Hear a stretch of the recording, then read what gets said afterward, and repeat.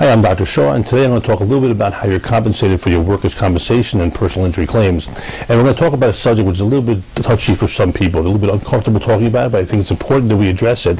And it's what they call loss of consortium claim. It's a claim where you have lost the ability to have sexual relationships with your partner. Now, that might sound a little bit uncomfortable for people to talk about, especially with their friends, but with the doctor it's important that you do bring this up. You should know that people have difficulty performing sexually, first because they're in pain. People with back pain sometimes can't get into the positions they need to get into.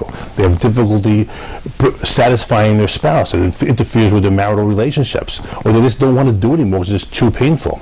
Other people with very severe neurological injuries might develop the inability to gain an erection or feel the pleasure they felt before during sexual activities.